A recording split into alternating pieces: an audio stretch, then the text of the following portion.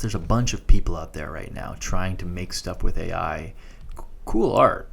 It's cool, but like beyond the tool, it always comes down to like, how good of a storyteller are you? You can have the coolest Mid-Journey images out there and put like...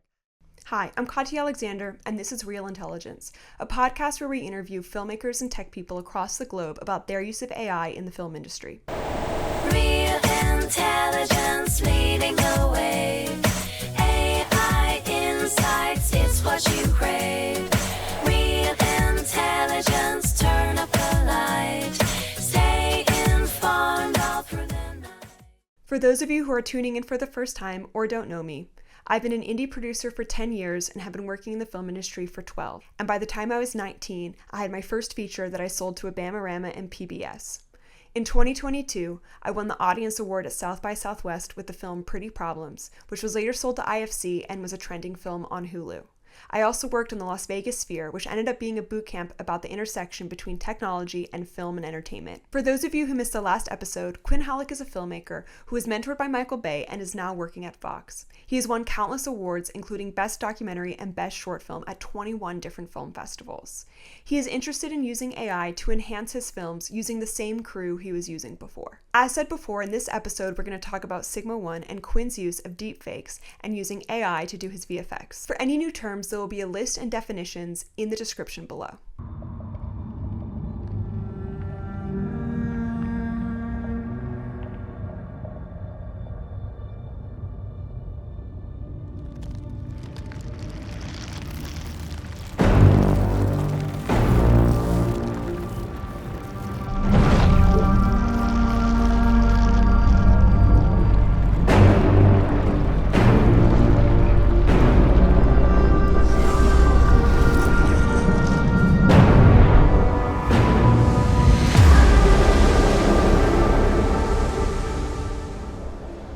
Would you like to introduce yourself? Thank you for having me on the show. Thank you for coming. My name is Quinn Halleck. I'm your friend, first and foremost, but I am a filmmaker, and I have recently been experimenting a bunch with these new AI tools. It just became this waterfall of like the red pill into this AI space, where I realized as a filmmaker, the tools that were available to me then, which has only become more and more, have exploded in my creativity of what I can create, what I want to create, and the ability to just do cool projects that I'm like really excited about, and I would have never had the chance to do had it not been for these little breakthroughs along the way. It's this story of an engineer who believes that the product he's working on is sentient, and he sneaks in a journalist in the middle of the night to meet it. It's just this idea that like, oh my God, like we are in an era where something can be made so well that somebody thinks it's sentient. Mm-hmm. Okay, today it's one guy, but maybe in 5 years it's 100 guys. Maybe it's still a minority, but it's 100 people who are on a rooftop screaming what they think it's sentient. Maybe in 5 more years it's 10,000 people who think it's sentient. It doesn't matter whether it's sentient or not. It doesn't matter if, there's a soul behind the code. That has nothing to do with what we're talking about. It's that 100,000 people now believe that.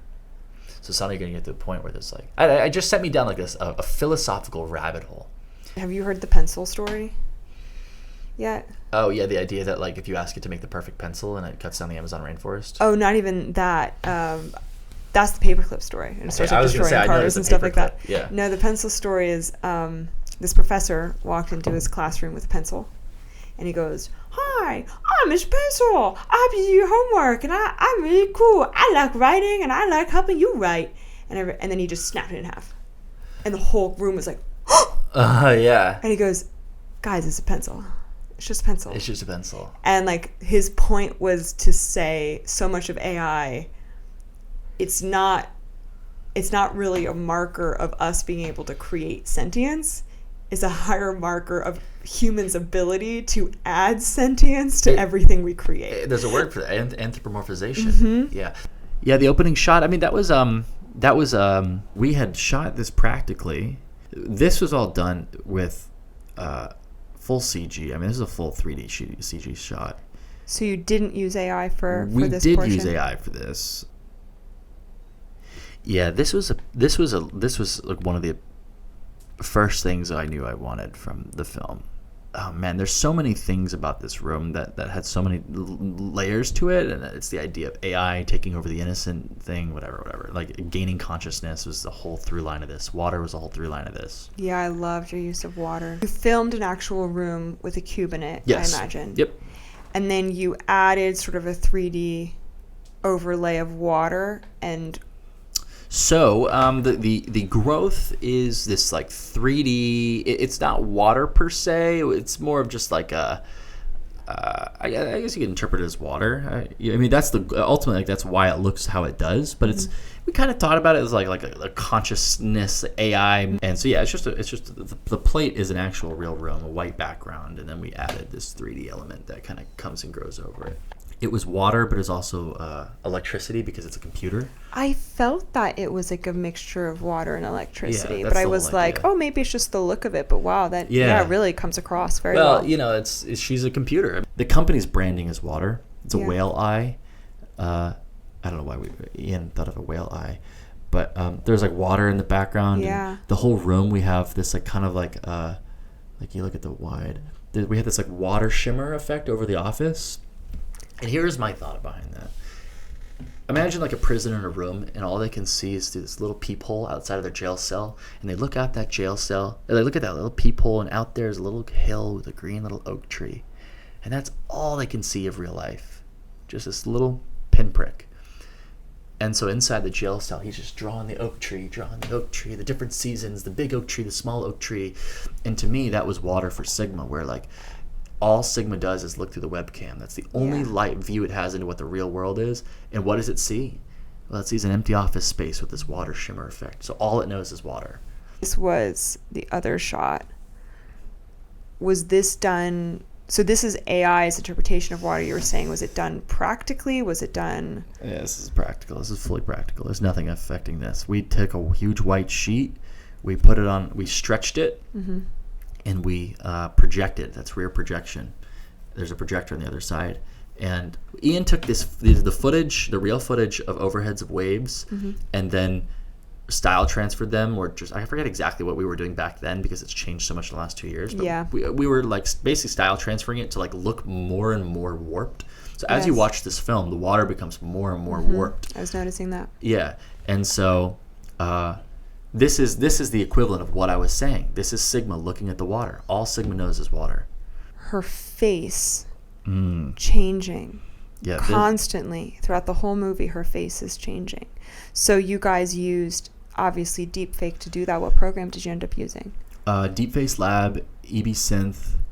I think those are the two main ones. We dance between those two, and also just we had two approaches. One was we brought a bunch of actors in. We brought like 10 or 15 extras into that white room, and we filmed them all for about a minute or two to create models of them. That's what we're going to use EB Synth for, because with EB Synth, you're taking a real person, real footage, a model of somebody, and placing it on somebody else. So we could have made her William Dafoe if we wanted to, right? Right. That's EB Synth, and then we also just used Stable Diffusion, and with Stable Diffusion and we didn't have Comfy UI back then, I don't think, but it was Stable Diffusion, and we did, I think it was Deepfakes Lab out of Stable Diffusion, like and basically that version is you're just creating faces out of nothing. So meaning like they're invented faces. So I think these are all, none of these are real faces. This is all, we ended up realizing that EB Synth wasn't as powerful for what we wanted to do. And a lot of this is Stable Diffusion, Deepfakes Lab. So you didn't end up using a lot of the footage you got from the extras. No, the one that we did is the kid. The kid. The looked kid was amazing. actually Gavin's like cousin or something like that. But it took a lot of, like, it wasn't just like, hey, Stable Diffusion, make me some faces. I can't speak to being Especially with Stable Diffusion, because you have to train that. We had to go through so many versions of it to get the right feel and look consistency. And then on top of that, like, we had to decide when she turns her head, how does the motion blur work? Like, we had this really cool thing that happened where it's like you could interpolate like every third frame to have like a cool motion blur. So like as she turns, she becomes another face. That's such an extreme attention to detail too, of like even just how the motion blur was going to work with her movement. Oh, it's so fun. We did a lot of tests. You were talking about some of the difficulties that you ran into for creative, for cultural connection. Mm-hmm. Did you run into similar issues with Sigma, or were you pretty prepared for that? I don't know if we knew at all we were getting into a Sigma.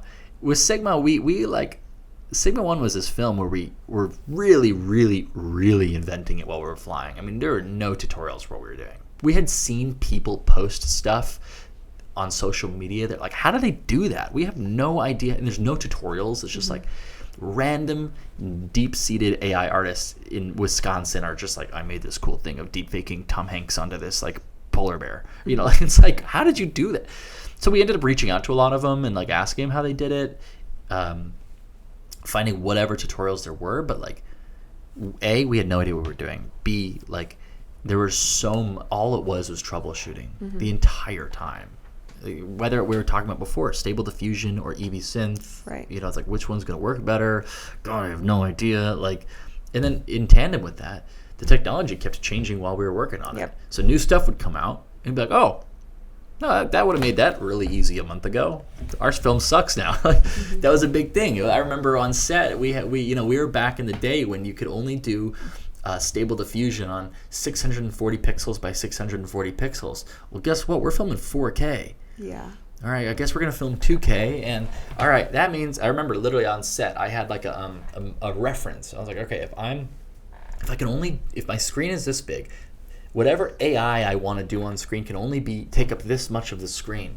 So we had to frame the camera, so it's like, all right, well, the close-ups, there can't be deep fakes on the close-ups. We can only do it on the wides, which is why that opening shot is a wide that pushes in. But then guess what? Like, as we're going along, we're in post-production, and it's like, hey, there's an update. Now you can do it on 1,000 pixels by 1,000 pixels. We're like, oh my, what? Like, all right, great. Now we can do the close-ups as a deep fake. Awesome. So things were changing all the time. Hurdles were happening. Problems were happening. Solutions were happening constantly. Up until the day we delivered that film, we were like, whoa, this new tool. Let's see if we can have the cup appear. You know? Yeah. Cool. We can do that now. That's awesome. Yeah. When I was looking up information about Sigma, it said that you used AI to also write a bit of the script. How did you do that? I want to be very careful about this too, because I don't want anybody to think, and not only for myself but for Drew Marin, who's the writer. Drew Marin and I sat in that room and wrote this script. Like, this is a human written script. Where did AI help with that? Well, the first drafts of this film, we were using the transcript from Blake Lemoine 1-to-1. The whole idea, it started as, let's take that transcript and dramatize it. So we were pretty strict about using the dialogue, using exactly the verbiage. And those were real AI saying, like, I don't want to die, and how do I do? So that's how that started. In terms of the creative sounding board of it, I would describe it as like a research tool, you know, where we would riff with AI to have similar conversations that are what are on the final page, but we wanted it to feel like our character. So we would use it as this like research creative sounding board for like, how would an AI answer this question? Well, guess what? We have an AI right in front of us that we can kind of play with and bounce off of. And I would go back, and I've done it more in my more recent projects. Didn't do it quite as much on this, but I have found these tools to be incredibly powerful for if I am doing research and I'm stuck on a plot point where I want to be like, what are 10 different ways that I could like take the third act? Or even if you could discover I've done that where I discovered a plot hole. Yeah. And I was like, hey, I discovered this plot hole. Yeah, how do I fix it? Yeah, how do I fix this? Yeah, and honestly, it's like, yeah, it's cool. I get to curate it helps me curate some like things that I'm not very strong at curating. And but the coolest thing for me, like, I have this great moment. Maria Elena Lass, she's the main actress of this film. Her and I would sit by each other's side, and we would today I wouldn't do it through ChatGPT. I'd do some other like language model, custom language model based on the actor. So you create a language model just for that actor, and it would know that character so well. But in our case, it was rudimentary back then, so we were just doing it. But you know, a pretty profound moment that happened where we were asking it. So it's a journalist. It's a salted 40-year-old woman journalist, or you know, her 40s, whatever. Like, and we know this character. Like, the character hasn't gotten to the place in their career they wanted to. They feel kind of like burned by the industry, but they're sort of stuck in it now. And they devoted their life. They don't have a spouse or kids. They're kind of just like salty from it all. And here they are getting this call in the middle of the night. Something they would have taken this call when they were 23 years old. They would be like, yes, that's an opportunity. But today they're just like, please don't call me on business hours, you know. Anyway, we wanted to ask, what was this journalist's first job? Give me 10 options. Gave me this really, really cool response that didn't make it in the final screen. Like, we didn't have a line that alluded to this. However, it was a really cool thing for the character, for Elena Luss, and to sort of like, you know, you absorb the osmosis of who this character is. And what that was what was this journalist's first job? Why did this journalist want to get into journalism? Kat is the character's name. And so it said this really interesting story, which was like, well, Kat was in high school, and Kat had a best friend in whatever class, in class. And this friend started having this like romantic relationship with the teacher, and it was kind of a little like, it was consensual, but it was a little like iffy. And eventually the friend ended up kind of pulling back and not being so into the relationship anymore, but the teacher was kind of like more aggressive about it, but ultimately nothing happened. But the friend, weeks later, kind of in retrospect realized that the teacher really was manipulating the situation and was like kind of like being really inappropriate to have done this to this it must have been college, must not have been high school. But and so the kid went to the student, the best friend, goes to the school and reports the teacher as saying, listen, this thing happened, and I in retrospect I realized that I wasn't comfortable with what was happening, and I was being taken advantage of and manipulated. And the school, out of fear for ruining their reputation, they brushed the story under the rug, and they dismissed it. And Kat, as a young journalist, had to witness her friend's story pretty much just get silenced, and the school carry on as though nothing happened. Mm-hmm. And Kat became a journalist so that she would make sure that nobody's story got brushed under the rug. Mm. And I was like, whoa, that's awesome. What advice would you give to a young filmmaker that is trying to emerge in this very changing environment right now? Ooh, well, I'll say this. There's a bunch of people out there right now trying to make stuff with AI. Cool art. It's cool. But like beyond the tool, it always comes down to like, how good of a storyteller are you? You can have the coolest mid-journey images out there and put like slow-moving mid-journey stuff. Like that's easy stuff. And the shots aren't consistent. And like, yeah, but how do you tell a story? Like, that's the hardest part. That's not something that AI... That's where you use AI to help you, but you still have to be a good storyteller. So the tools will always be changing. The cameras will always be getting better. The whatever. But like, learn the core craft of storytelling, and you'll always... the tools will change, and by the time you're an old man or old woman, and like your craft is what is really, really the most through line of all of that. Mm-hmm. And that's how you'll get ahead, in my opinion.